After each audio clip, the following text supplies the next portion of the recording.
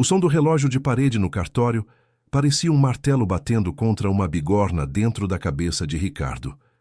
Tic-tac, tic-tac. Cada segundo que passava era um segundo a mais de agonia.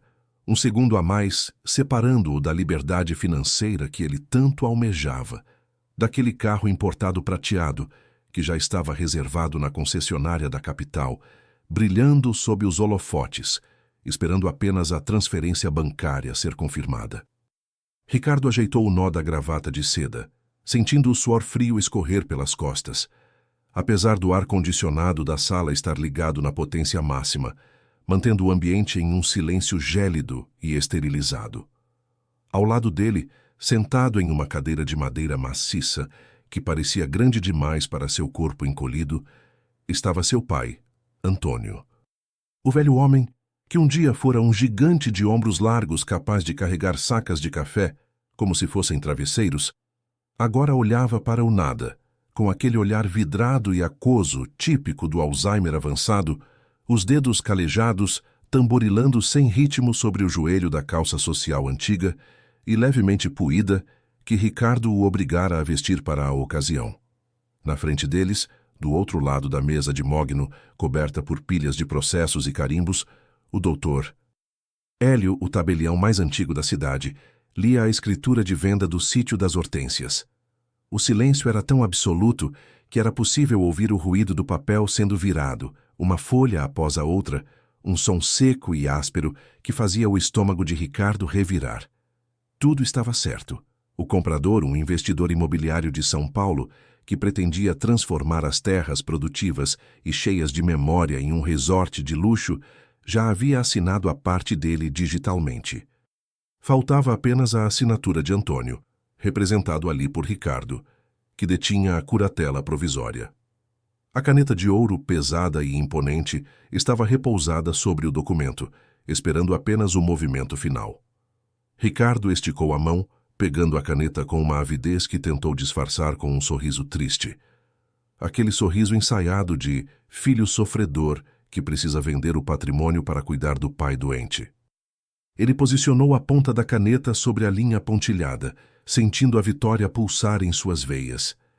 Eram milhões, milhões que apagariam seus erros, suas dívidas de jogo, seus fracassos empresariais.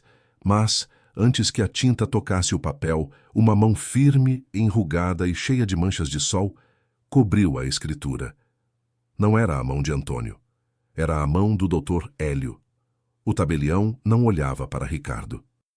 Ele olhava para o documento, com os olhos estreitados por trás dos óculos de grau fundo de garrafa, relendo um parágrafo específico na última página, uma cláusula que parecia ter passado despercebida por todos os advogados da cidade, por todos os corretores, por todos os interessados.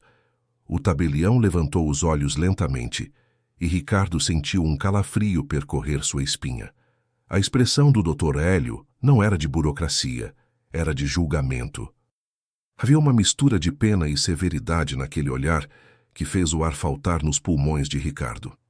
Algum problema, Dr. Hélio? Ricardo perguntou, a voz saindo um pouco mais aguda do que ele gostaria, tentando manter a postura de homem de negócios. O comprador está esperando a confirmação. O dinheiro precisa cair hoje. O tabelião suspirou. Um som longo e pesado fechou a pasta de couro onde a escritura estava guardada e empurrou o documento suavemente para longe do alcance de Ricardo. O gesto foi sutil, mas definitivo. Era como se ele estivesse afastando uma criança de um brinquedo perigoso. Ricardo, disse o tabelião, com uma voz calma, mas que ecoou nas paredes da sala como uma sentença de morte. Você não pode vender este sítio. Nem hoje, nem amanhã, nem nunca. Ricardo riu, um riso nervoso e incrédulo. Ele olhou para o pai, que continuava balbuciando palavras desconexas. Perdido em algum lugar do passado, talvez conversando com a falecida esposa em sua mente fragmentada. Como assim não posso? Eu sou o curador. Eu sou o único filho. O sítio está no nome dele e ele não tem condições de gerir. A lei me permite vender para garantir o bem-estar dele. Ricardo argumentou, sentindo a raiva começar a borbulhar sob a pele. Eu tenho a procuração, tenho os laudos médicos, tenho tudo. Você tem os papéis da lei dos homens, Ricardo, respondeu Dr. Hélio, abrindo novamente a pasta e apontando um dedo trêmulo para uma linha de texto datilografada em uma máquina antiga, com uma tinta que já começava a desbotar, mas que ainda era legível o suficiente para destruir todos os planos do filho. Mas você esqueceu de ler a cláusula de afeto. Seu pai, Antônio, registrou este documento há 50 anos no dia em que você nasceu. E aqui diz, com todas as letras, que esta terra não é um bem de capital. Esta terra é um bem de cuidado. A propriedade do sítio das Hortênsias não se transfere pelo sangue, Ricardo. Ela se transfere pela dedicação. Ricardo sentiu o mundo girar. O cheiro de cera velha do cartório de repente lhe deu náuseas. Ele olhou para a linha que o tabelião apontava. As letras pareciam dançar na frente de seus olhos, mas o sentido era claro, brutal e irrevogável. O que isso significa? Ricardo sussurrou, a garganta seca.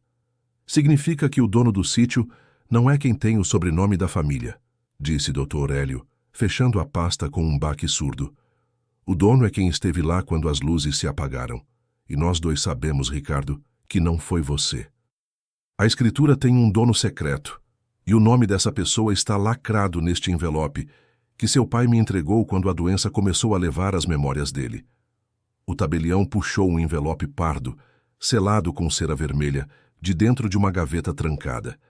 O coração de Ricardo parou. Ali, naquela mesa, o futuro dele estava desmoronando. Ele olhou para o pai, buscando algum sinal de lucidez, algum sinal de que aquilo era uma brincadeira de mau gosto. Mas Antônio apenas sorriu para o vazio e sussurrou um nome que Ricardo não ouvia há anos.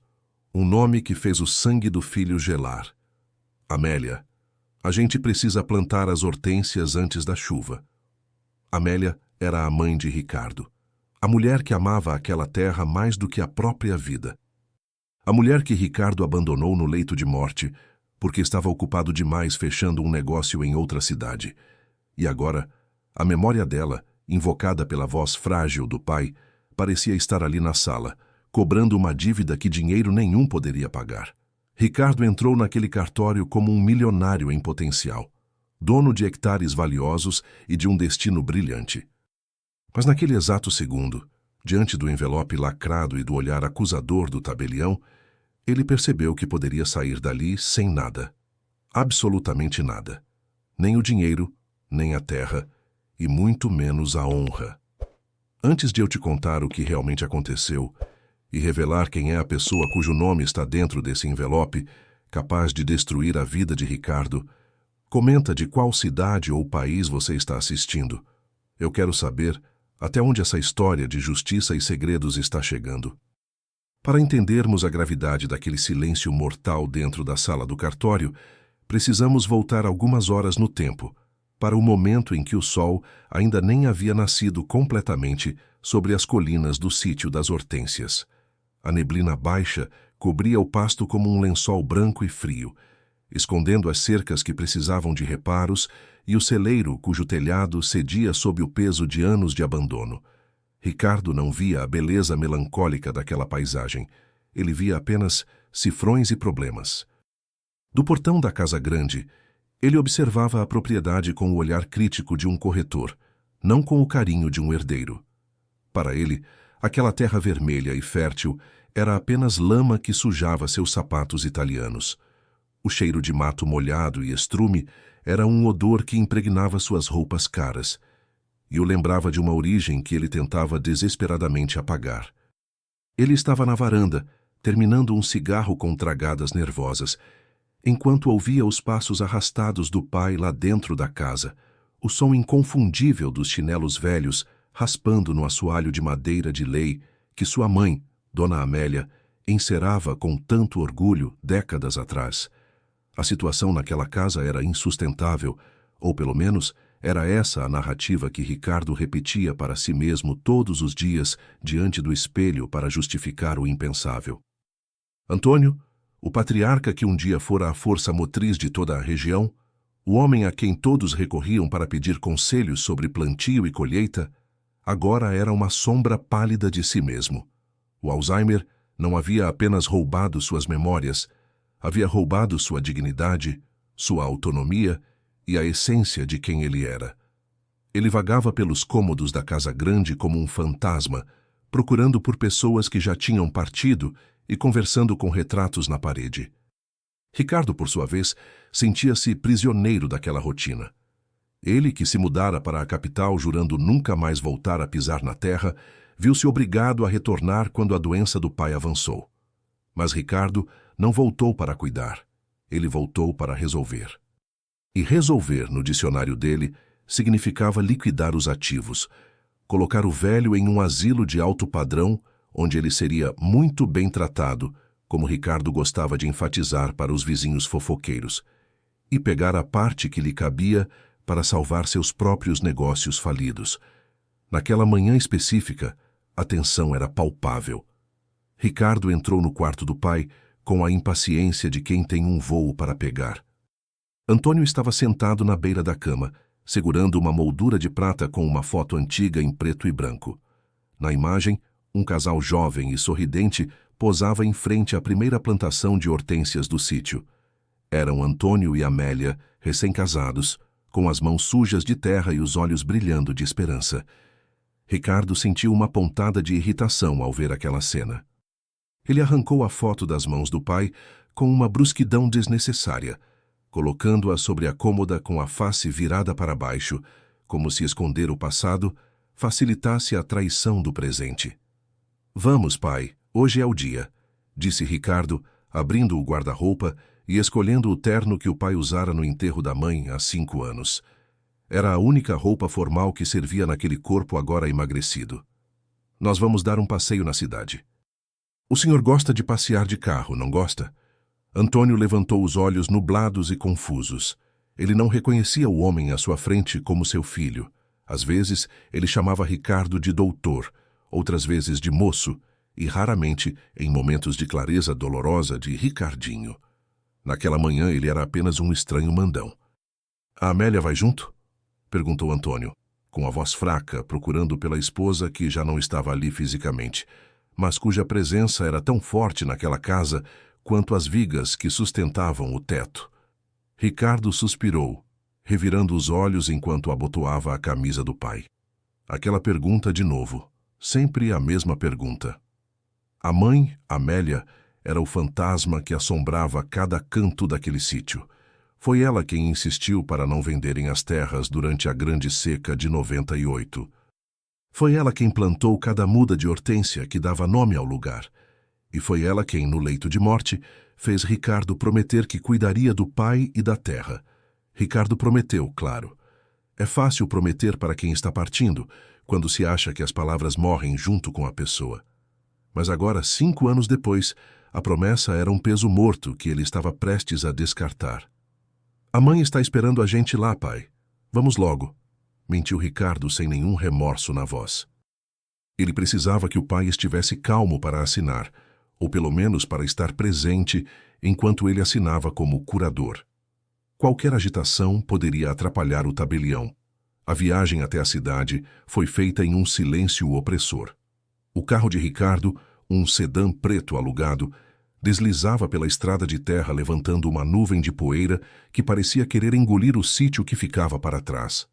Pelo retrovisor, Ricardo viu a casa diminuir até sumir na curva da estrada.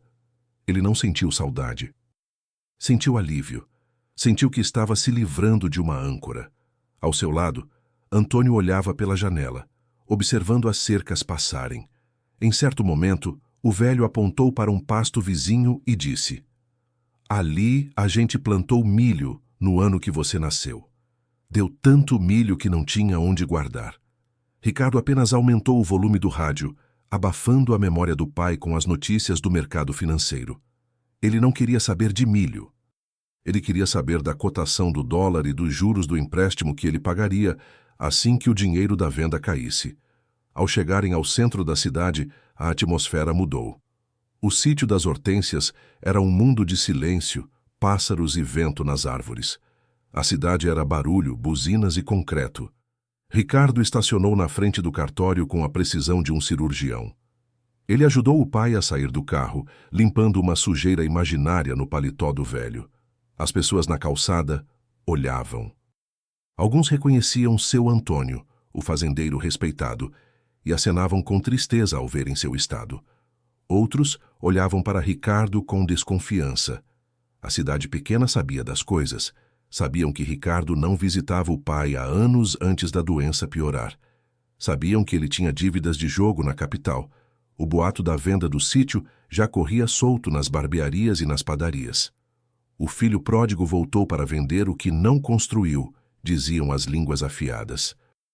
Mas Ricardo não se importava com a opinião pública.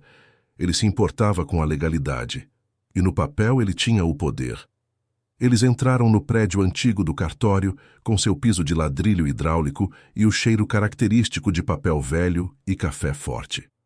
A recepcionista, uma moça jovem que não conhecia a história da família, sorriu de forma protocolar e indicou a sala do Dr. Hélio. Ricardo sentiu o coração acelerar. Era a reta final. Dali a poucos minutos, ele não seria mais o filho do fazendeiro que quebrou a cara na cidade grande. Ele seria um homem rico, livre do fardo de cuidar de um idoso doente e de uma terra que exigia trabalho duro. Ele guiou o pai pelo corredor, segurando-o pelo braço com firmeza.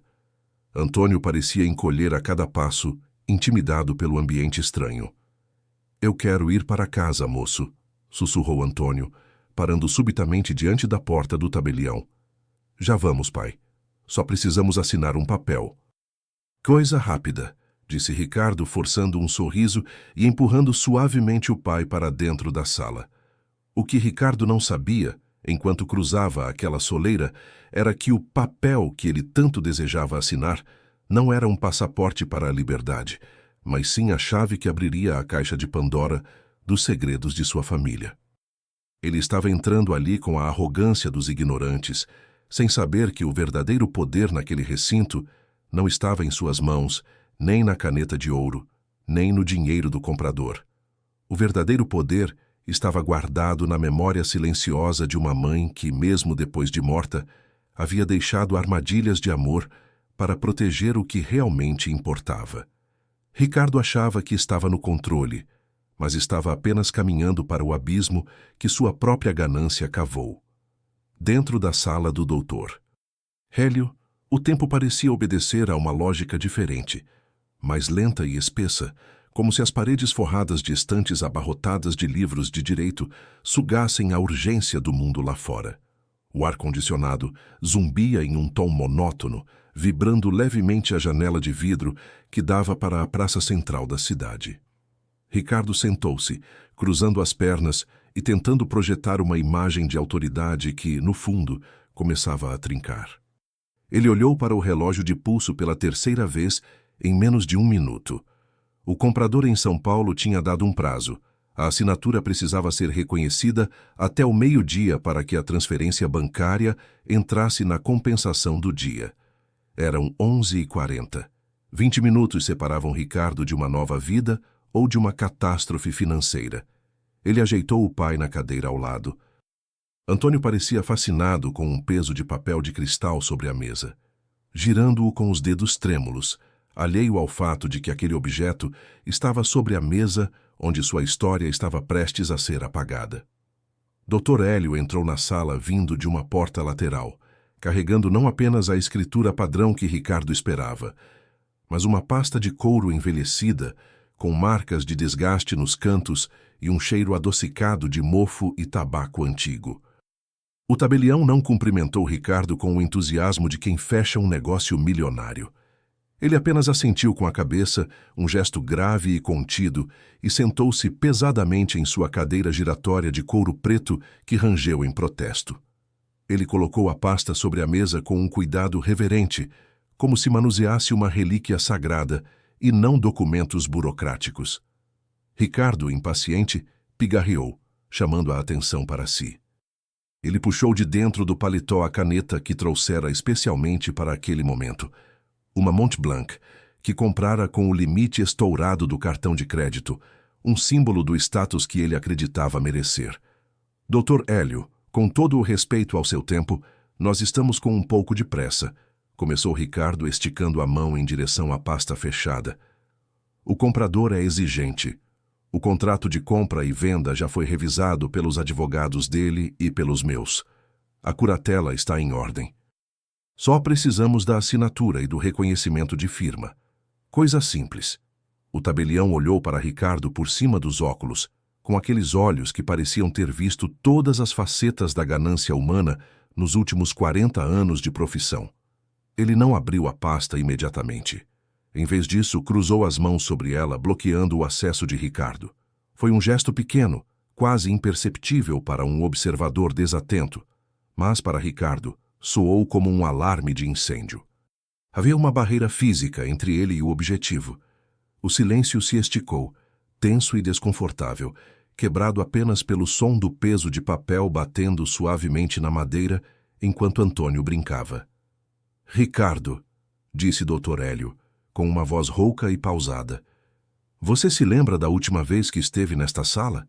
Ricardo franziu a testa, confuso com a pergunta irrelevante.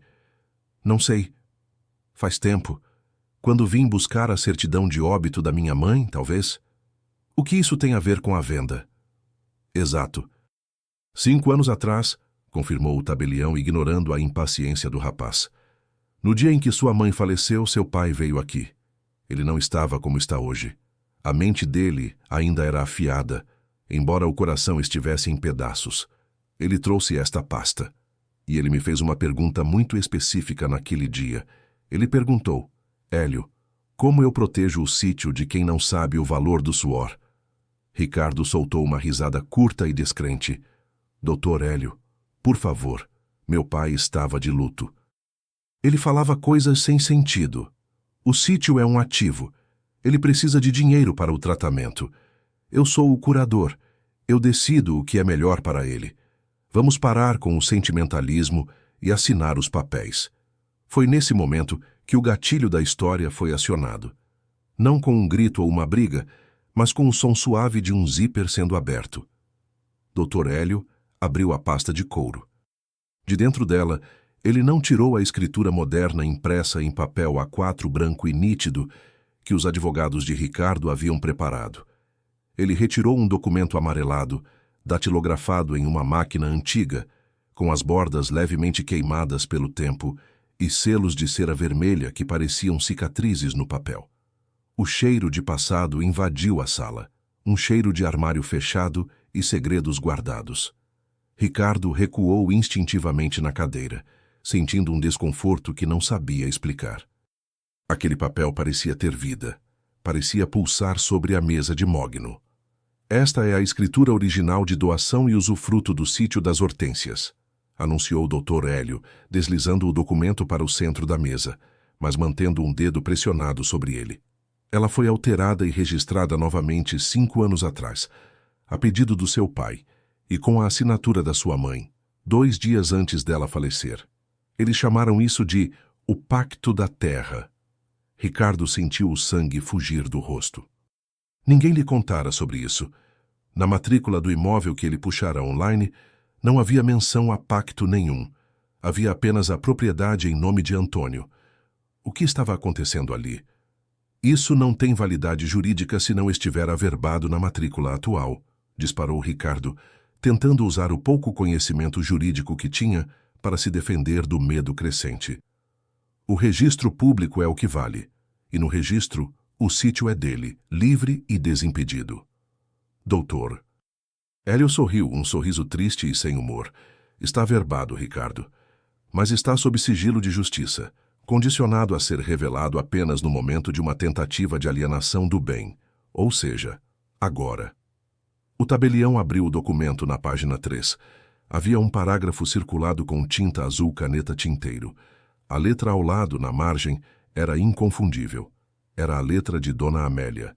Letra cursiva, redonda, firme.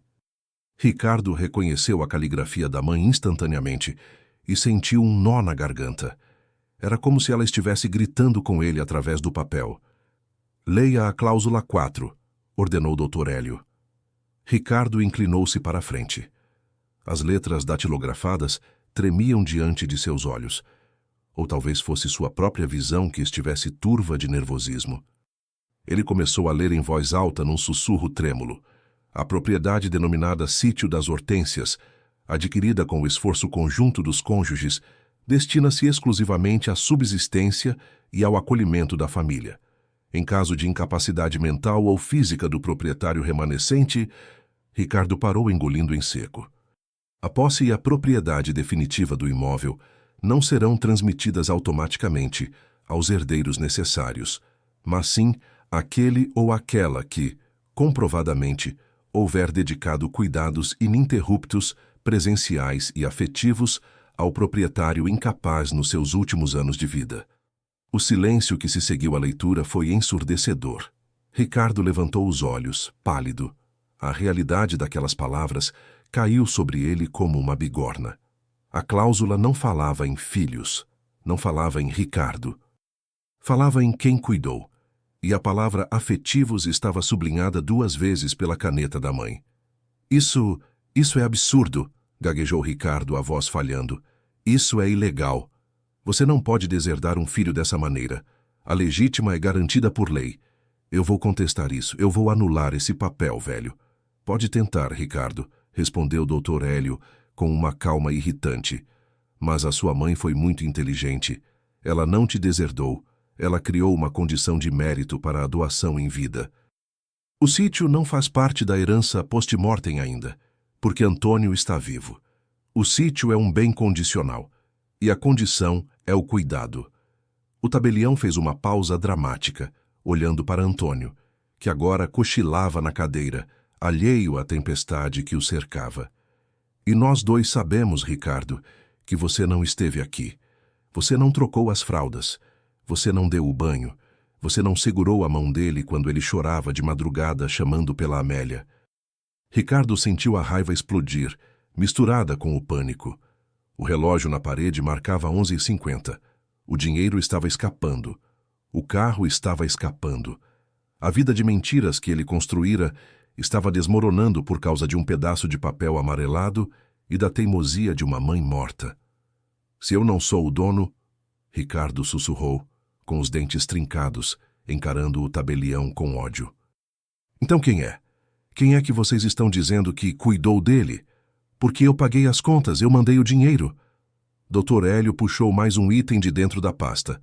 Não era um documento jurídico, era um caderno de capa dura, um diário simples de farmácia, com a capa gasta pelo manuseio constante. Dinheiro não é cuidado, Ricardo. Dinheiro é facilidade. Cuidado é presença. O tabelião colocou a mão sobre o diário. A resposta para a sua pergunta não está na lei. Está neste diário. O diário de quem realmente viveu naquela casa nos últimos 3 anos, enquanto você vivia na capital. E acredite, o que está escrito aqui vai doer muito mais do que perder o dinheiro da venda. Ricardo olhou para o diário. Ele conhecia aquele caderno.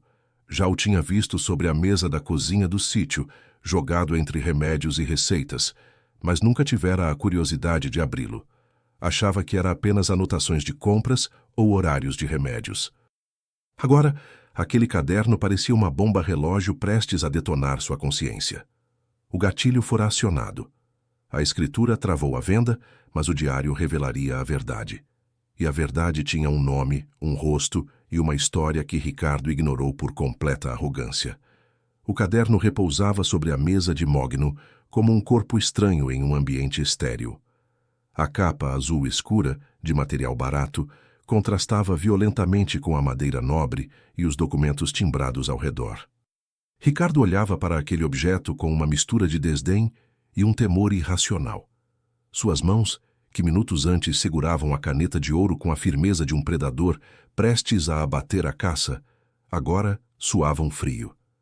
Ele sabia que abrir aquele diário era um caminho sem volta. Não era apenas ler anotações, era espiar por uma fechadura que ele havia trancado propositalmente anos atrás, quando decidiu que a vida no campo era pequena demais para sua ambição. Dr. Hélio não o apressou.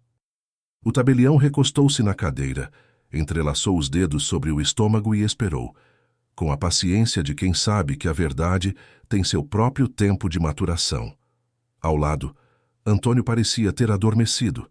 a cabeça pendendo levemente para o lado, a respiração ruidosa preenchendo o silêncio tenso da sala. O problema que Ricardo queria vender estava ali, dormindo, enquanto a história de sua sobrevivência aguardava ser lida. Abra, Ricardo, incentivou o doutor.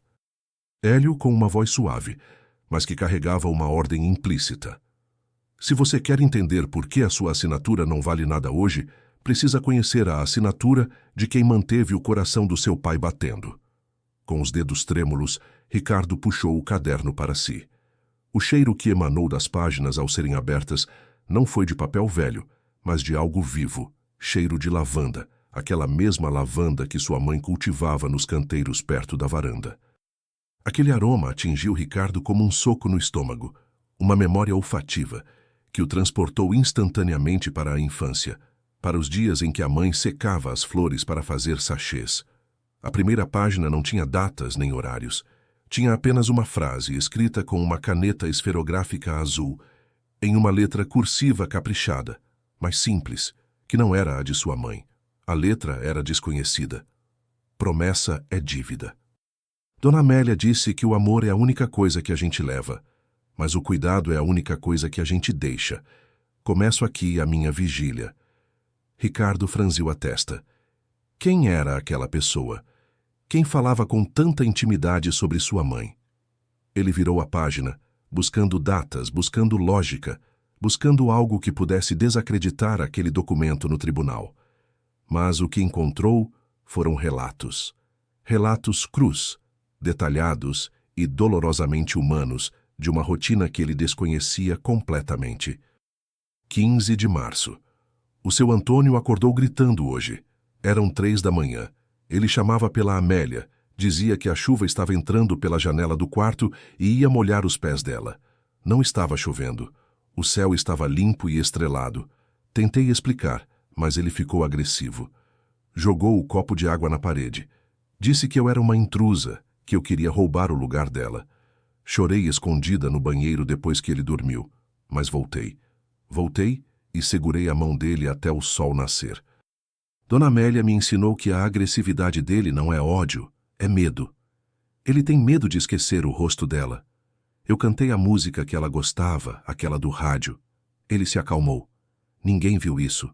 Só Deus e a lua. Ricardo sentiu um gosto amargo na boca. Em 15 de março ele estava em um resort na Bahia, comemorando o fechamento de um contrato que acabou dando errado meses depois. Ele se lembrava de ter recebido uma ligação da casa do pai naquele dia, mas não atendeu. Achou que fosse apenas para pedir dinheiro ou reclamar de alguma bobagem. Ele deixou cair na caixa postal. Agora, lendo aquelas linhas, a imagem de seu pai gritando de pavor na madrugada escura, consolado por uma estranha, fazia seu estômago revirar. Ele tentou afastar a culpa, dizendo a si mesmo que pagava o salário daquela gente para isso mesmo. Mas a narrativa no diário não era de uma funcionária, era de alguém que se importava. Ele pulou algumas páginas, tentando fugir daquela intimidade sufocante, mas as palavras pareciam persegui-lo. 20 de julho, aniversário do Ricardo. O seu Antônio acordou cedo, pediu para eu fazer o bolo de fubá que o filho gostava quando era criança. Ele ficou sentado na varanda a tarde toda, olhando para a estrada. Cada carro que passava levantando poeira, ele ajeitava a camisa e dizia: "É ele, agora é ele." O bolo esfriou, o café esfriou, o sol se pôs. Eu disse para ele que o Ricardo devia estar muito ocupado, que gente importante tem a agenda cheia. Ele concordou, mas vi uma lágrima escorrer no meio das rugas. Ele não comeu o bolo. Eu comi um pedaço com ele para não fazer desfeita e guardamos o resto na geladeira. Ele disse: "Amanhã ele vem." Eu não tive coragem de dizer que amanhã seria igual a hoje. Ricardo fechou o caderno com força, o som estalado ecoando na sala. Ele estava ofegante. Aquilo era um ataque pessoal. Aquele diário não era um registro de cuidados, era um dossiê de sua ausência. Ele olhou para Dr. Hélio com os olhos ardendo de raiva defensiva. "Isso é manipulação emocional." explodiu Ricardo, levantando-se e andando de um lado para o outro na sala pequena. Quem escreveu isso? A empregada? A enfermeira? Claro que ela escreveu essas coisas. Ela quer se fazer de santa para ganhar alguma coisa. Isso é planejado, doutor. Hélio, vocês estão usando a demência do meu pai e a morte da minha mãe para criar uma narrativa de pobre coitada que cuida. Isso não se sustenta juridicamente. Onde está a prova de que ela realmente fez tudo isso? Papel aceita tudo. O tabelião permaneceu impassível, observando o desespero do rapaz. Continue lendo, Ricardo. A prova não está na tinta da caneta. Está no que está guardado entre as páginas 40 e 41. Ricardo parou. A curiosidade mórbida falou mais alto que a raiva. Ele pegou o caderno novamente, abrindo-o onde o tabelião indicara. Ali, colado com fita adesiva amarelada, estava um envelope pequeno, de papel de carta, com o cheiro da mãe ainda mais forte. No envelope estava escrito apenas "Para a minha sucessora". Ricardo sentiu as mãos tremerem incontrolavelmente. Aquela era a letra da mãe, sem dúvida alguma. Ele abriu o envelope com cuidado, como se estivesse desarmando uma bomba. Dentro havia um bilhete curto, escrito nos últimos dias de vida de Dona Amélia, quando a caligrafia já estava trêmula pela fraqueza da doença. Minha querida, eu sei que estou partindo, e sei que o Ricardo não vai voltar. Ele ama o mundo lá fora mais do que ama esta casa. E eu o perdoo por isso, porque filhos são criados para voar. Mas o Antônio é raiz. Se ele for arrancado daqui, ele morre. Eu estou te deixando este diário para que você registre a vida que vai continuar aqui. Não deixe que digam que o abandono foi o fim. Escreva cada dia. Escreva cada vitória. Porque um dia, quando a ganância bater na porta, este caderno será o escudo do Antônio. Eu te escolhi não pelo seu sangue, mas pelo seu coração. Cuide dele como se fosse seu pai. E se você fizer isso, esta terra será sua, não por herança, mas por justiça divina. Ricardo leu o bilhete 3 vezes. A voz da mãe ecoava em sua mente, clara e devastadora. Eu sei que o Ricardo não vai voltar. Ela sabia. Ela morreu sabendo que o filho a abandonaria. E pior, ela preparou uma defesa contra ele. Dona Amélia, a mulher doce e submissa que Ricardo achava que conhecia, havia arquitetado, em seu leito de morte, uma proteção jurídica e moral contra o próprio filho. Ela não confiou nele. Ela confiou na sucessora. Quem é ela? Ricardo perguntou, a voz saindo como um sussurro rouco quebrado. Ele não tinha mais forças para gritar. A arrogância havia sido perfurada pela verdade da mãe. Quem é essa mulher que minha mãe escolheu no meu lugar? Dr. Hélio se levantou lentamente, caminhou até a porta da sala e girou a maçaneta. Ela não foi escolhida no seu lugar, Ricardo. Ela ocupou o lugar que você deixou vago. E ela está aqui, esperando há 2 horas na recepção, não para brigar pela terra, mas para garantir que o seu Antônio tome o remédio da pressão ao 12:00 em ponto. O tabelião abriu a porta.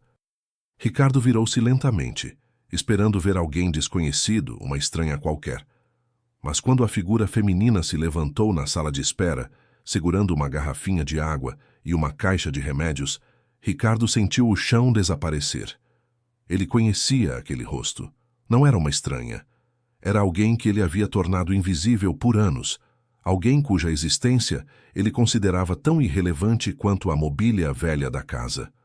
A revelação não estava apenas no nome, estava na proximidade. O segredo da mãe estava escondido bem debaixo do nariz dele, na pessoa que ele sempre tratou como a menina da cozinha. A primeira camada da verdade havia sido revelada. A mãe sabia de tudo e preparou o terreno, mas a identidade daquela mulher trazia uma segunda camada de complexidade, uma ligação com o passado da família que Ricardo nem sonhava existir e que transformaria aquele diário em uma arma ainda mais letal contra suas pretensões. A mulher que entrou na sala não vestia ternos de grife nem carregava pastas de couro italiano. Ela usava um vestido simples de algodão florido, desbotado pelas muitas lavagens, e sandálias de couro gastas. O cabelo estava preso num coque frouxo, deixando escapar alguns fios rebeldes que emolduravam um rosto marcado pelo sol e pelo cansaço, mas iluminado por uma dignidade silenciosa. Era Clara, a filha da antiga cozinheira do sítio. A menina que Ricardo vira crescer nos fundos da casa grande, brincando com bonecas de pano, enquanto ele ganhava bicicletas importadas. A mesma Clara que ele, em suas visitas raras e apressadas nos últimos anos, mal cumprimentava, tratando-a como parte da mobília, uma sombra funcional que servia o café e recolhia a louça suja sem que ele precisasse olhar em seus olhos. Ricardo sentiu o ar ficar rarefeito. A presença dela ali, naquele ambiente de poder e leis, era uma afronta à lógica que ele construíra para sua vida. Na cabeça de Ricardo, o mundo era dividido entre os que mandam e os que obedecem, os que possuem e os que servem. Ver Clara sendo tratada pelo Dr. Hélio com uma deferência que ele, o herdeiro legítimo, não recebera, fez seu ego trincar. Mas o golpe mais duro não veio do tabelião, nem da lei. Veio do próprio pai. Quando Antônio ouviu o som dos passos de Clara, algo extraordinário aconteceu. O homem encolhido, que até então olhava para o vazio com olhos opacos, ergueu a cabeça. Um sorriso genuíno, infantil e luminoso abriu-se em seu rosto, transformando suas feições cansadas. A menina da chuva, Antônio murmurou, estendendo as mãos trêmulas na direção dela, como um náufrago busca uma boia. Você trouxe o doce de abóbora? Clara ignorou Ricardo completamente. Ela não o olhou com desafio, nem com medo, nem com vitória. Ela simplesmente não o olhou, como se ele fosse irrelevante para a missão dela ali. Ela caminhou até Antônio, ajoelhou-se ao lado da cadeira para ficar na altura dos olhos dele e segurou aquelas mãos calejadas com uma ternura que fez Ricardo sentir uma pontada aguda no peito. Não era raiva. Era algo pior. Era inveja. Ele invejava a conexão que a empregada tinha com seu pai. Uma conexão que ele nunca construíra, porque estava ocupado demais construindo patrimônio. Trouxe o remédio, seu Antônio. E o doce a gente come em casa, depois do almoço, se o senhor se comportar, disse Clara, com uma voz mansa, tirando um comprimido da caixa e oferecendo-o com um copo de água que ela tirou da bolsa, não aceitando a água do cartório. Ricardo assistiu àquela cena como um espectador intruso em sua própria família. Ele viu o pai engolir o remédio obedientemente, confiando cegamente naquelas mãos calejadas. Ricardo tentou falar, tentou impor sua autoridade, mas as palavras travaram na garganta. Ele se lembrou das vezes em que tentou dar remédio ao pai. A impaciência, os gritos, a força bruta para abrir a boca do velho, o líquido derramando na camisa. Ele fazia aquilo como uma tarefa desagradável. Clara fazia como um ato de amor. Você sabia? Ricardo finalmente conseguiu falar, a voz saindo estrangulada. Ele se virou para Clara, que agora limpava o canto da boca de Antônio com um lenço de pano.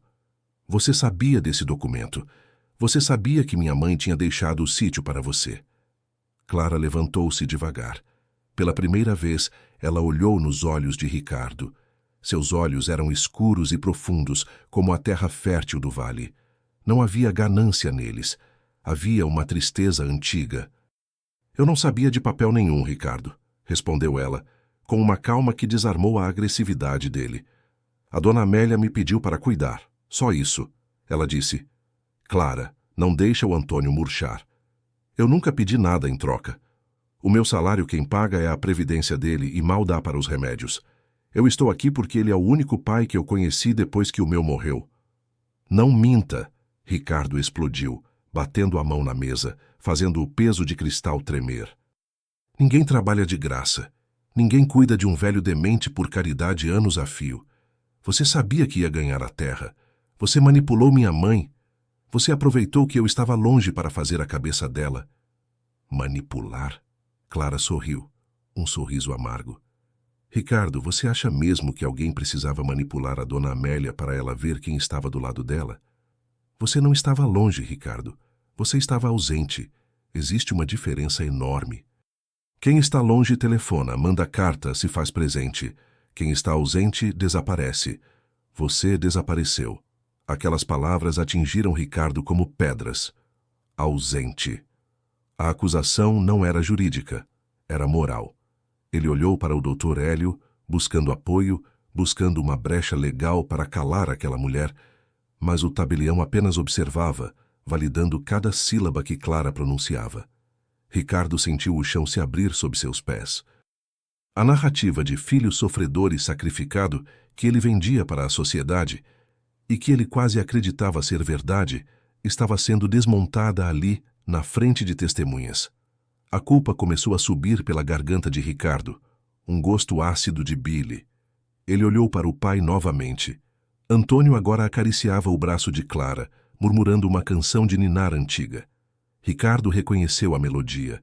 Era a música que a mãe cantava para ele, Ricardo, quando ele tinha febre. Ver o pai cantar aquilo para a cuidadora foi a prova definitiva de sua substituição. Ele não fora deserdado apenas no papel. Ele fora deserdado no coração.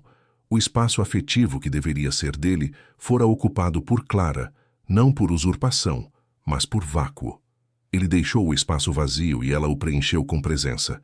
Ele se sentou pesadamente, sentindo o peso do terno caro, o aperto da gravata de seda, o ridículo do relógio de ouro no pulso. Tudo aquilo parecia fantasia, adereços de um homem que tentava compensar sua pobreza de espírito com riqueza material. Ele olhou para as próprias mãos. Mãos macias, de quem nunca pegou numa enxada, de quem nunca limpou um idoso. E olhou para as mãos de Clara. Mãos ásperas, unhas curtas, pele ressecada. As mãos que herdaram a terra eram as mãos que a tocavam. Havia uma lógica cruel e perfeita naquilo que Ricardo não conseguia aceitar. Antes de continuar, comenta aí se você já viveu algo que mexeu com sua vida desse jeito, se você já sentiu que perdeu o seu lugar no coração de alguém porque deixou a distância virar ausência. Eu leio cada comentário e quero conhecer a sua história. Ricardo respirou fundo, tentando conter as lágrimas de raiva e vergonha que ameaçavam cair. Ele precisava reverter aquilo. Ele precisava encontrar um erro, uma falha naquela mulher perfeita. Se você é tão santa assim, Clara... Ricardo disse, baixando o tom de voz tentando soar perigoso. Por que você nunca me ligou? Por que nesses 3 anos você nunca pegou o telefone para dizer Ricardo, seu pai piorou, vem ver ele. Se você queria tanto o bem dele, por que me manteve no escuro? Clara sustentou o olhar. Havia compaixão ali, o que irritou Ricardo ainda mais. Eu liguei, Ricardo. Ela disse suavemente. Eu liguei no dia em que ele esqueceu como usar os talheres. Eu liguei no dia em que ele fugiu para o mato na chuva. Eu liguei no Natal, quando ele montou a mesa para 3 e ficou esperando. Sabe o que você me disse na última vez que atendeu? Você disse, Clara, eu pago você para resolver problemas, não para me trazer problemas. Se vira. E desligou. Ricardo paralisou. A memória veio como um raio. Ele estava numa reunião de conselho da empresa, estressado, com medo de ser demitido. O telefone tocou insistentemente. Ele atendeu gritando sem nem ouvir o que era. Ele se lembrava de ter dito aquilo. Eu pago você para resolver. Ele havia assinado sua própria sentença naquele dia. Ele havia dado a Clara a autorização para ser a dona da situação e, consequentemente, a dona da vida de seu pai. O silêncio na sala era absoluto. Nem o ar-condicionado parecia fazer barulho diante do peso daquela confissão resgatada do passado. Ricardo não tinha mais argumentos. Ele estava nu diante de sua própria negligência.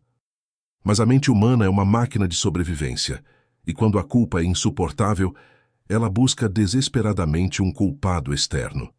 Ricardo não podia aceitar que era o vilão. Tinha que haver algo mais.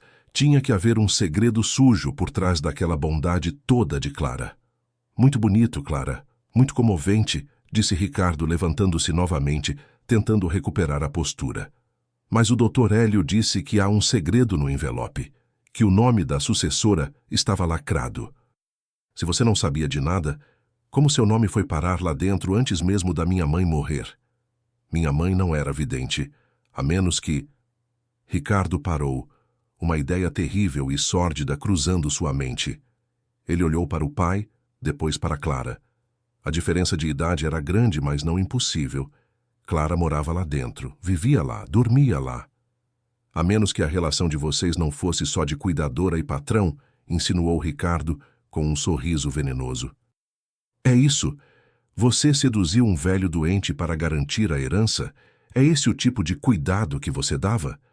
Dr. Hélio bateu a mão na mesa com violência, assustando Antônio. Basta, Ricardo, trovejou o tabelião. Você já desceu baixo demais.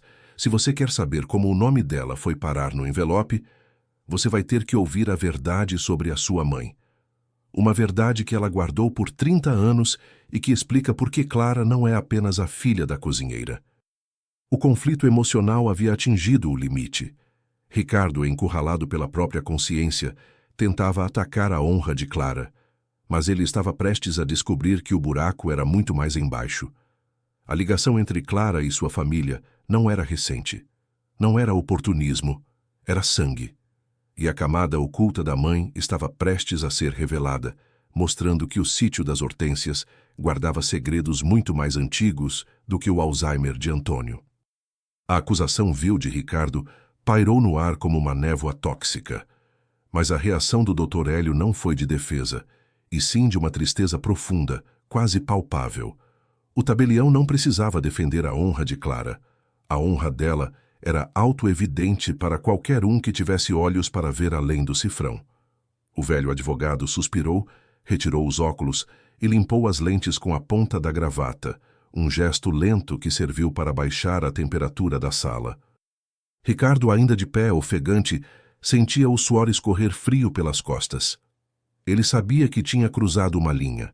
Atacar a moral de uma mulher simples diante do pai doente e de uma autoridade jurídica era um ato de desespero, o último recurso de um homem que vê seu castelo de cartas desmoronar. Mas o que ele não esperava era que o silêncio de Clara fosse mais ensurdecedor que seus gritos. Ela não revidou. Ela apenas continuou segurando a mão de Antônio, como se aquela fosse a única âncora que importava no meio da tempestade. Sente-se, Ricardo, disse Dr. Hélio, num tom baixo, quase paternal, mas desprovido de qualquer afeto. Você acabou de insultar a memória da sua mãe da forma mais cruel possível. Você sugeriu que o vínculo entre esta família e Clara fosse fruto de pecado, quando, na verdade, é fruto de redenção. O tabelião puxou de dentro da pasta um segundo caderno. Este não era um diário de farmácia barato como o de Clara.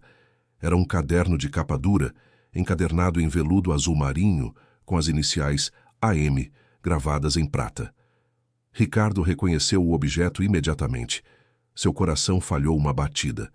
Aquele caderno ficava na mesa de cabeceira de sua mãe.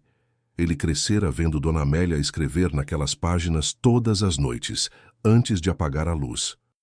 Quando criança, Ricardo tentara espiar o conteúdo, mas a mãe sempre fechava o livro com um sorriso misterioso e dizia: "Um dia, meu filho, um dia você vai ler, quando tiver coração para entender."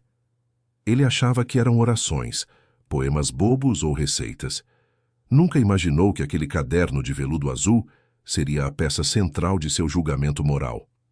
Sua mãe, Ricardo, não era ingênua, começou o Dr. Hélio, deslizando o caderno pela mesa, até parar diante das mãos trêmulas do rapaz. Ela amava você. Amava com aquela força avassaladora que só as mães têm. Mas amar não significa ser cego. Dona Amélia via quem você era, ela via a sua pressa em sair de casa, ela via o seu desprezo pela terra que sustentou seus estudos. E, principalmente, ela via o vazio que você deixava cada vez que partia sem olhar para trás. Ricardo tocou o veludo. Estava gasto nas bordas, onde os dedos da mãe seguravam o caderno. Ele abriu aleatoriamente, como se tivesse medo de seguir uma ordem cronológica. A letra da mãe, firme e elegante, saltou da página, trazendo sua voz de volta à vida. 12 de fevereiro de 1998. Ricardo partiu hoje para a faculdade. Eu fiz o prato favorito dele, mas ele nem sentou para comer. Disse que estava atrasado, que a vida dele começava agora. Ele nem olhou para o ipê florido no portão. O Antônio chorou no celeiro, escondido. Eu chorei na cozinha. A casa ficou enorme de repente. O silêncio aqui dentro é um monstro. Mas então, a Clarinha entrou. Tão pequena, com seus 8 anos, filha da Maria cozinheira. Ela viu meu choro. Ela não perguntou nada. Só trouxe uma flor de hortênsia murcha que achou no jardim e colocou no meu colo. Ela disse: Dona Amélia, a flor bebe água, a senhora bebe abraço. E me abraçou. Naquele abraço eu senti que Deus fechou uma porta e abriu uma janela. Ricardo foi buscar o mundo. Clara ficou para segurar o meu mundo. Ricardo sentiu uma lágrima quente e involuntária escorrer pelo rosto. Ele se lembrava daquele dia. A pressa, a euforia da liberdade, a sensação de que estava escapando de uma prisão. Ele nunca pensou na dor que deixara na cozinha. Ele nunca soube do abraço de Clara. Ele virou mais algumas páginas, as mãos tremendo tanto que quase rasgaram o papel fino. 24 de dezembro de 2010, Natal. Ricardo ligou. A chamada durou 3 minutos. Ele disse que não viria, que as passagens para a Europa estavam compradas e que era uma oportunidade única. O Antônio ficou olhando para o telefone mudo por 1 hora. A mesa estava posta. O peru, a farofa, o vinho que ele gosta. Tudo ficou frio. Quem sentou na cadeira do Ricardo foi a Clara. Ela já é uma moça agora. Ela cortou o peru, serviu o Antônio, fez ele rir contando histórias da roça. Eu olhei para ela e eu vi o que eu sonhei para o meu filho. Não é o sangue que faz o filho, é a presença. Hoje, na ceia de Natal, eu entendi que tenho 2 filhos. Um que saiu do meu ventre e levou meu coração, e outra que entrou na minha vida e devolveu meu coração. A leitura daquelas palavras era como levar facadas lentas e precisas. Não é o sangue que faz o filho.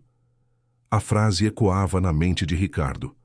A mãe não tinha sido manipulada por Clara. A mãe tinha escolhido Clara.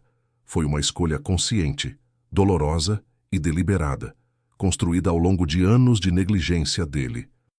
Ricardo sempre achou que seu lugar de herdeiro era garantido por direito divino, imutável. Descobrir que ele havia sido substituído emocionalmente, ano após ano, Natal após Natal, era devastador. Continue, Ricardo, instigou o Dr. Hélio, sua voz agora mais suave, percebendo que a armadura do rapaz estava quebrada. Vá para a última página escrita. 3 dias antes dela morrer. Ricardo obedeceu. A última página estava manchada, talvez de lágrimas, talvez de remédio. A letra estava tremida, fraca, as linhas tortas descendo pela página, como se a força da vida estivesse se esvaindo enquanto ela escrevia. Estou cansada. O doutor disse que é questão de dias. O Ricardo disse que vem. Mas eu sei que ele vem para o enterro, não para a despedida. Ele vem para fechar o ciclo, não para segurar minha mão. Eu preciso proteger o Antônio. E preciso proteger a terra. O sítio das Hortênsias não é terra de vender, é terra de viver. Ricardo vai vender. Eu sei disso como sei que o sol nasce. Ele não vê alma nas árvores, vê madeira. Por isso hoje tomei a decisão. Não é uma traição ao meu sangue, é uma fidelidade ao meu amor. O sítio fica com quem fica. A Clarinha... Ela não sabe, mas eu a preparei a vida toda para isso. Não para ser patroa, mas para ser guardiã. O segredo que carrego sobre a origem dela me dá o direito e o dever de fazer isso. Que Deus perdoe o Ricardo pela ausência e que Deus abençoe a Clara pela permanência. Ricardo parou de ler. A última frase pulsava. O segredo que carrego sobre a origem dela. Ele levantou os olhos, confusos e vermelhos, para o tabelião. Origem? Ricardo perguntou, a voz falha. Que origem? Minha mãe fala aqui como se devesse algo a ela, como se Clara fosse mais do que a filha da cozinheira. Dr. Hélio cruzou os braços. E é aqui que a história deixa de ser sobre herança e passa a ser sobre justiça, Ricardo. Você sempre olhou para Clara e viu a filha da serviçal. Sua mãe olhava para Clara e via um erro que ela precisava consertar. Um erro que não era dela, mas que ela assumiu para manter essa família de pé. Ricardo olhou para Clara. Ela continuava na mesma posição, acariciando a mão de Antônio, mas agora havia lágrimas silenciosas escorrendo pelo rosto dela também. Ela sabia do que o diário falava. Ela sabia a verdade sobre si mesma. Que erro! Ricardo insistiu, sentindo que o chão, que já tinha desaparecido, agora dava lugar a um abismo sem fim. O que minha mãe escondeu de mim por 30 anos. Sua mãe não escondeu só de você, Ricardo. Ela escondeu do mundo. Para proteger o nome do seu pai. E, ironicamente, para proteger você, respondeu Dr. Hélio. Você se lembra de quando tinha 5 anos? O ano da grande tempestade, quando a ponte caiu. Ricardo franziu a testa, buscando a memória distante. Lembro vagamente. Foi o ano que a mãe ficou doente dos nervos, ficou internada um tempo na cidade vizinha. Meu pai disse que foi estresse. Não foi estresse, cortou o tabelião. Foi o ano em que a mãe de Clara, a Maria, apareceu na fazenda. Grávida. E não, Ricardo, antes que sua mente suja tire conclusões precipitadas de novo. O pai da criança não era o seu Antônio. A história é muito mais trágica, e a camada oculta da sua mãe é que ela não acolheu a Maria por caridade. Ela a acolheu por culpa. A atmosfera na sala mudou de tristeza para mistério absoluto. A mãe de Ricardo, a Santa Dona Amélia, carregava uma culpa, e essa culpa estava ligada ao nascimento de Clara. Ricardo sentiu que as peças do quebra-cabeça estavam todas erradas. Ele achava que a história era sobre dinheiro e cuidado. Mas estava descobrindo que era sobre segredos que moldaram o destino de todos naquela sala antes mesmo dele aprender a escrever. O diário de veludo azul havia revelado o coração da mãe. Ela amava Clara como filha, mas agora uma revelação externa estava prestes a explicar por que esse amor era tão desesperado e necessário. Não era apenas bondade, era reparação, e a pessoa que entraria pela porta a seguir traria a prova final dessa dívida impagável. A tensão na sala do cartório havia mudado de polaridade.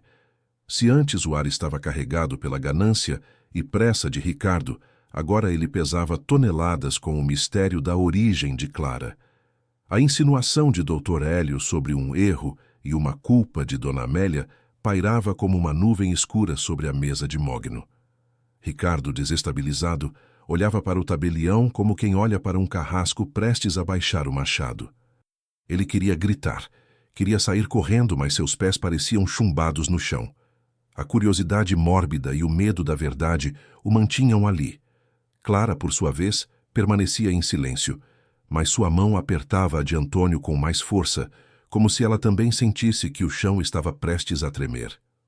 Para contar essa parte da história, Ricardo, a minha voz não basta, disse Dr. Hélio, pressionando um botão no interfone de sua mesa. A lei lida com fatos, mas a memória lida com cicatrizes. E há uma cicatriz nesta cidade que nunca fechou, apenas foi coberta pelo dinheiro da sua família. O tabelião falou ao interfone. Pode pedir para o Sr. Sebastião entrar. O nome atingiu Ricardo como um eco distante de sua infância. Sebastião. O Tião. O antigo motorista da fazenda, o homem que o ensinara a andar de bicicleta, que consertava seus brinquedos quebrados e que de repente foi aposentado precocemente e sumiu da vida da família quando Ricardo ainda era um adolescente. Ricardo sempre achou que o velho Tião tinha sido demitido por beber ou por velhice. Nunca questionou. Empregados vinham e iam, na visão míope de Ricardo. A porta se abriu lentamente. Não houve uma entrada triunfal. Apenas o som rítmico e arrastado de uma bengala de madeira batendo contra o piso de ladrilho, seguido pelo barulho de sapatos ortopédicos pesados. Sebastião entrou. Ele estava muito mais velho do que Ricardo se lembrava. Os cabelos antes negros e fartos agora eram fios brancos ralos. As costas estavam curvadas pelo peso dos anos e talvez pelo peso do que ele carregava na consciência. Ele vestia um terno simples, de um marrom fora de moda, mas impecavelmente limpo, demonstrando o respeito solene que ele tinha por aquele momento. Sebastião parou no centro da sala. Ele não olhou para Ricardo. Ele olhou diretamente para Antônio, que sorriu vagamente, reconhecendo naquele rosto enrugado um companheiro de antigas jornadas, embora não soubesse dizer de onde. Doutor Hélio, cumprimentou Sebastião com a voz rouca de quem fumou palheiro a vida toda. A hora chegou então? Chegou, Tião, sente-se, por favor, indicou o tabelião. Ricardo não aguentou o suspense. O que o motorista tem a ver com a escritura do meu sítio? Ele perguntou, tentando soar autoritário, mas sua voz falhou, saindo aguda e nervosa. Isso é um circo? Vocês trouxeram a cidade inteira para me humilhar? Sebastião virou-se lentamente para Ricardo. Seus olhos leitosos pela catarata incipiente tinham uma clareza moral que fez Ricardo recuar um passo. Não é um circo, menino Ricardo. É um velório. O velório de uma mentira que durou 30 anos. O velho motorista apoiou as duas mãos na bengala e começou a falar. Não era um depoimento jurídico, era uma confissão. O tom dele era de quem tira um saco de pedras das costas depois de uma longa caminhada. Foi na noite da grande tempestade de 95, começou Sebastião. A sala ficou em silêncio absoluto. Até a respiração de Antônio parecia ter entrado no ritmo da narrativa. Você era pequeno, Ricardo. 5 anos. A dona Amélia, ela estava mal. Não era doença dos nervos, como te contaram. Ela estava grávida. Grávida de 6 meses de uma menina que ela queria chamar de Cecília. Mas naquela noite, a dor veio forte. Uma hemorragia. O sangue manchava o lençol branco e o desespero tomou conta da casa grande. Ricardo arregalou os olhos. Ele nunca soubera de uma irmã. Nunca soubera de gravidez alguma naquela época. A história oficial era estresse. O seu Antônio me chamou aos gritos, continuou Sebastião, o olhar perdido na lembrança da chuva. A linha telefônica tinha caído com o vento. Não dava para chamar ambulância. A gente tinha que levar ela para a cidade, ou ela e o bebê morriam. Colocamos a dona Amélia no banco de trás do Opala preto. O seu Antônio foi dirigindo, louco, cego de medo. Eu fui no banco do carona, segurando a lanterna, porque os faróis do Opala estavam fracos e a chuva era uma parede de água. Sebastião fez uma pausa, engolindo em seco, como se a água daquela chuva ainda estivesse em sua garganta. A ponte do Rio das Almas estava perigosa. O rio tinha subido. Mas o seu Antônio não parou. Ele corria pela vida da mulher dele. Ele corria pela vida da filha que ia nascer. E quando a gente fez a curva fechada antes da ponte, tinha alguém na estrada.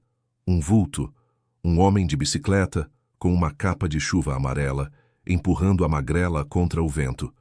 Ricardo sentiu o estômago despencar.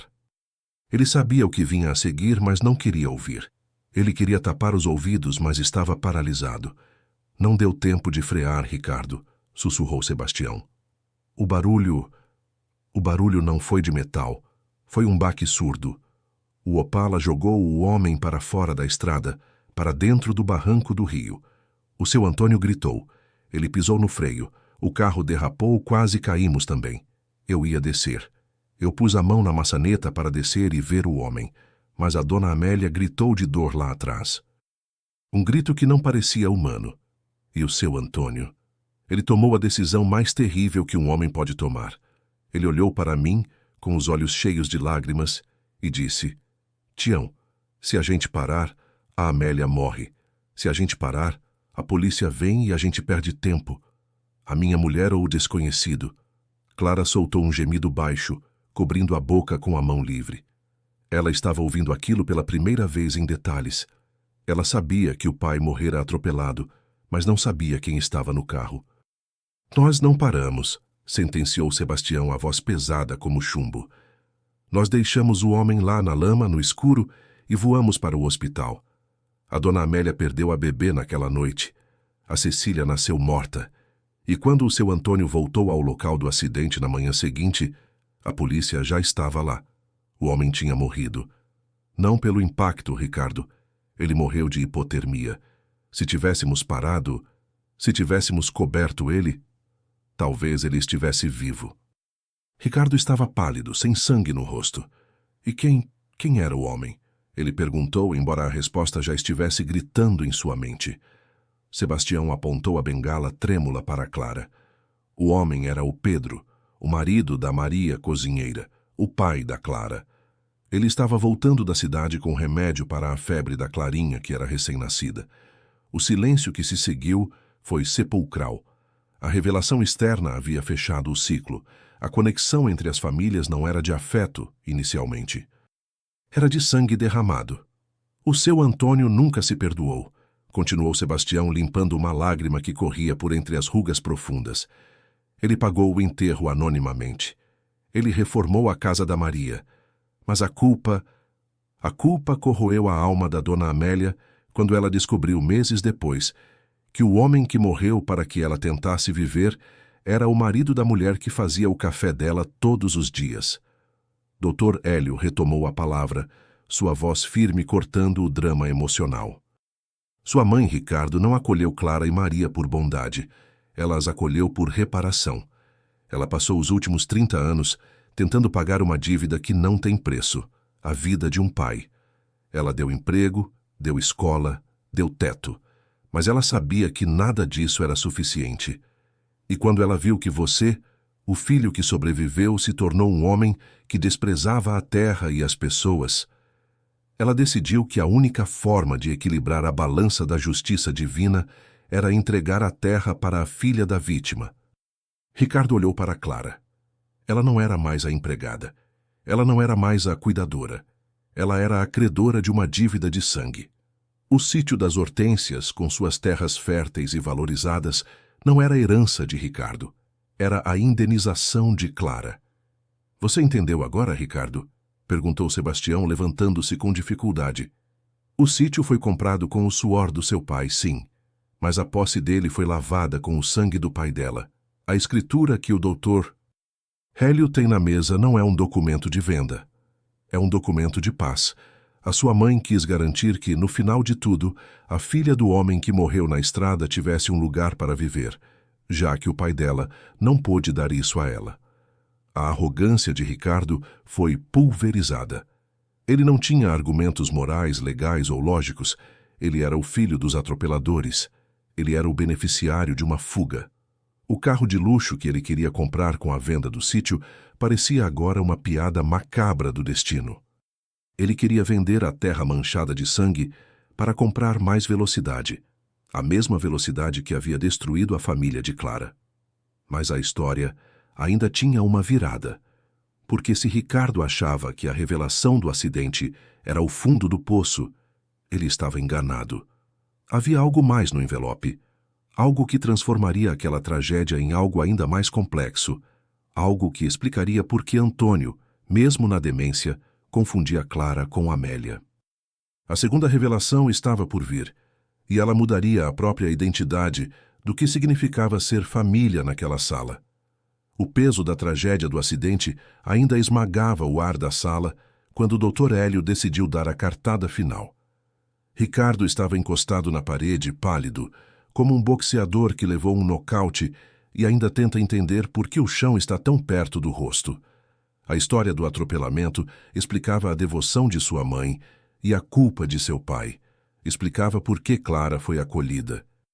Mas não explicava o documento. Não explicava juridicamente por que a terra pertencia a ela. Afinal, culpa não transfere escritura. Dívida moral não é moeda de troca em cartório. Ricardo, mesmo atordoado, tentou se agarrar a esse fiapo de lógica.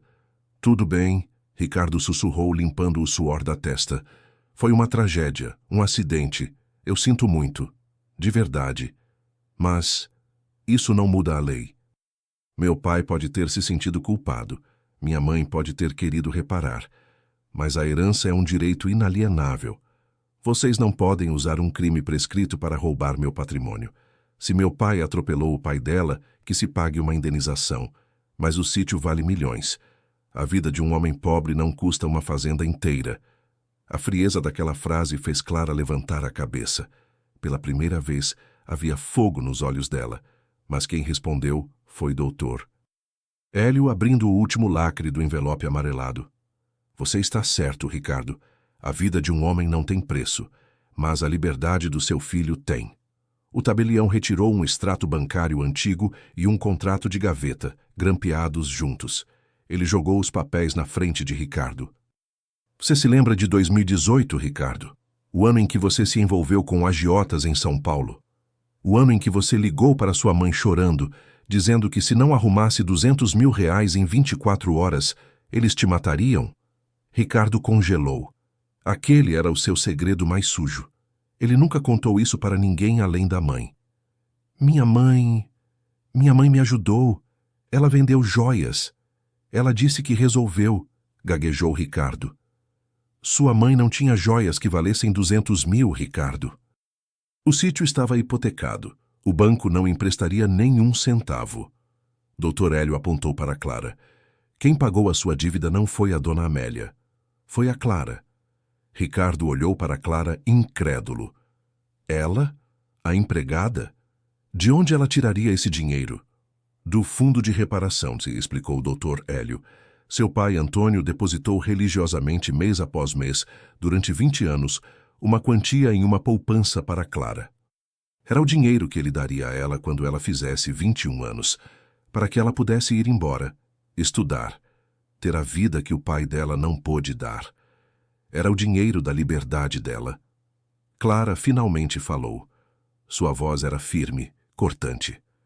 Quando a dona Amélia me contou que você ia morrer, Ricardo, que homens maus estavam atrás de você, ela chorou no meu colo. Ela disse, eu falhei. Eu não tenho como salvar meu filho. Eu tinha o dinheiro. Era o dinheiro para a minha faculdade de enfermagem.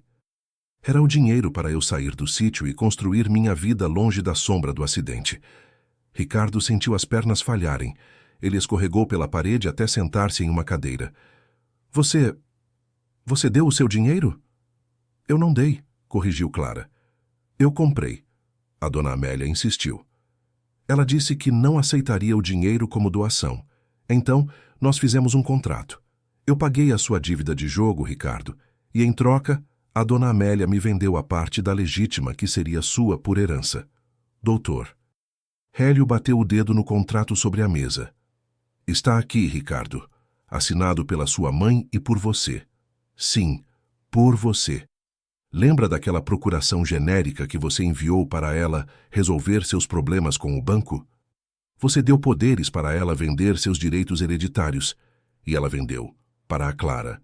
A revelação final não era sobre o passado distante, era sobre a vida de Ricardo.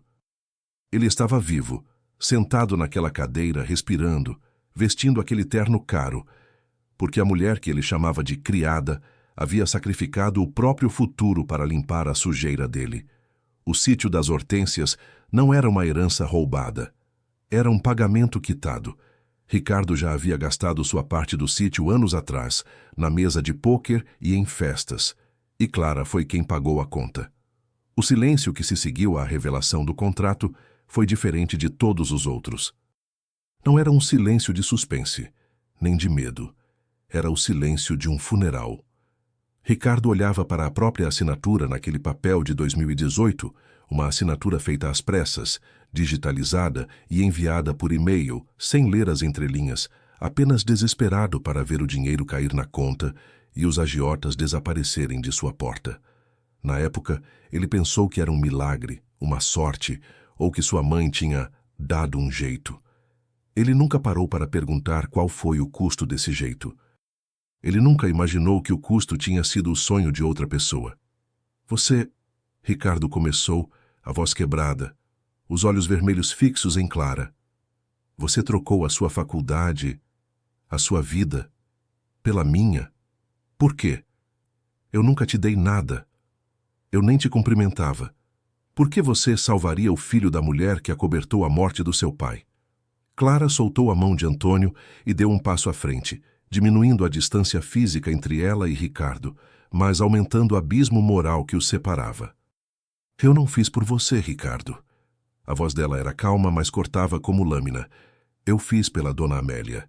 Naquele dia, quando ela soube que você podia ser morto, eu vi a mulher mais forte que eu conhecia desmoronar. Ela já carregava a dor de ter perdido a Cecília no parto. Ela já carregava a culpa pela morte do meu pai. Se ela perdesse você, se ela tivesse que enterrar o único filho que restou, a tristeza a mataria antes do câncer. Ricardo sentiu as lágrimas escorrerem, quentes e humilhantes. Ele não era o herói da história. Ele não era nem mesmo a vítima. Ele era o carrasco que cobrava o resgate de sua própria vida das pessoas que ele mais feria. Eu comprei a sua vida, Ricardo, para que a sua mãe pudesse morrer em paz, continuou Clara, implacável. Eu dei o dinheiro que o seu Antônio juntou com tanto suor para me libertar, e usei para libertar você dos seus erros. E em troca, a dona Amélia me deu a única coisa que ela tinha de valor, a certeza de que essa terra nunca cairia nas mãos de quem não sabe o valor de uma semente. Ricardo olhou para as próprias mãos, mãos que seguravam chaves de carros de luxo, copos de cristal, baralhos de pôquer. Mãos vazias. Ele olhou para as mãos de Clara, mãos que seguravam enxadas, remédios, e a mão de seu pai, mãos cheias. Ele se virou para Antônio. O velho estava quieto, observando o filho como se visse um estranho familiar. Ricardo, num impulso de desespero, ajoelhou-se diante do pai. Ele não queria mais a assinatura. Ele queria o perdão. Ele queria voltar a ser o menino que andava de bicicleta com o Tião antes da ganância, antes da cidade grande, antes de tudo. Pai, Ricardo soluçou, apoiando a testa no joelho do velho. Me perdoa. Eu não sabia. Eu gastei tudo. Eu vendi o nosso passado. Antônio olhou para o homem chorando em seus pés. A demência, por um breve segundo, pareceu dar uma trégua, ou talvez a emoção fosse uma linguagem que o cérebro danificado ainda conseguia processar. Ele tocou o cabelo de Ricardo, num gesto desajeitado, e disse, com a voz rouca, "O dinheiro acaba, moço. A terra fica. A Amélia disse que a terra é de quem tem raiz. Você..." Antônio parou, procurando a palavra, e a encontrou no fundo de sua confusão. Você é vento. O vento passa. A raiz fica. Aquelas palavras foram o golpe final. Você é vento. Ricardo entendeu com uma clareza dolorosa que ele não pertencia mais àquele lugar. Ele havia se desenraizado voluntariamente. Ele era um visitante em sua própria casa, um turista em sua própria história. O sítio não o rejeitava por maldade. O sítio o rejeitava por incompatibilidade. A terra exigia permanência, e Ricardo era feito de fugas. Dr. Hélio recolheu os papéis da mesa, o contrato, o diário, a escritura. Ele os colocou de volta na pasta de couro, selando o destino do sítio das Hortênsias. A venda está cancelada, Ricardo, declarou o tabelião, sem prazer na voz, apenas com a sobriedade da justiça cumprida. O imóvel pertence a Clara, por contrato de compra e venda firmado em 2018, e por uso capião afetivo confirmado pela cláusula testamentária. Você pode sair daqui com o carro que alugou, mas o dinheiro da venda... Esse dinheiro você já gastou há 5 anos, quando escolheu o jogo em vez da família. Ricardo levantou-se. Ele estava destruído, mas pela primeira vez em anos estava lúcido. Ele olhou para a Clara. Ela não tinha ódio no olhar. Ela tinha pena, e essa pena doeu mais do que qualquer ódio. Cuida dele, Ricardo disse, a voz sumindo. Por favor, cuida dele como eu não cuidei. Eu já cuido, Ricardo, respondeu Clara. Eu cuido dele desde o dia em que você foi embora. E vou cuidar até o dia em que ele for encontrar a dona Amélia. O sítio vai continuar florindo. As hortênsias vão continuar crescendo. E a porta... Ela hesitou, mas completou com a generosidade que só os grandes de espírito possuem. A porta da cozinha vai estar aberta, não para o dono, mas para o filho, se um dia ele quiser voltar só para ser filho. Ricardo assentiu, incapaz de falar. Ele deu as costas para o pai, para a herança e para a ilusão de riqueza. Ele caminhou em direção à saída do cartório, passando por Sebastião, que apenas baixou a cabeça em respeito à dor do aprendizado tardio. Ao colocar a mão na maçaneta fria da porta, Ricardo olhou para trás uma última vez. Ele viu a imagem que ficaria gravada em sua mente para sempre. Clara servindo mais um copo de água para Antônio, ajustando o colarinho dele, enquanto o velho sorria, seguro, protegido, em casa. Ricardo abriu a porta e saiu para o sol do meio-dia que brilhava forte na rua, mas que parecia não aquecer o frio que ele sentia por dentro. Ele entrou rico de ilusões e saiu pobre de verdades. Mas, talvez, naquele vazio absoluto, houvesse espaço para começar a construir algo real. Ricardo permaneceu dentro do carro alugado por longos minutos, com as mãos apertando o volante, mas sem girar a chave na ignição. O motor estava desligado, mas sua mente acelerava, repassando cada palavra dita naquela sala de cartório. O sol do lado de fora iluminava a cidade.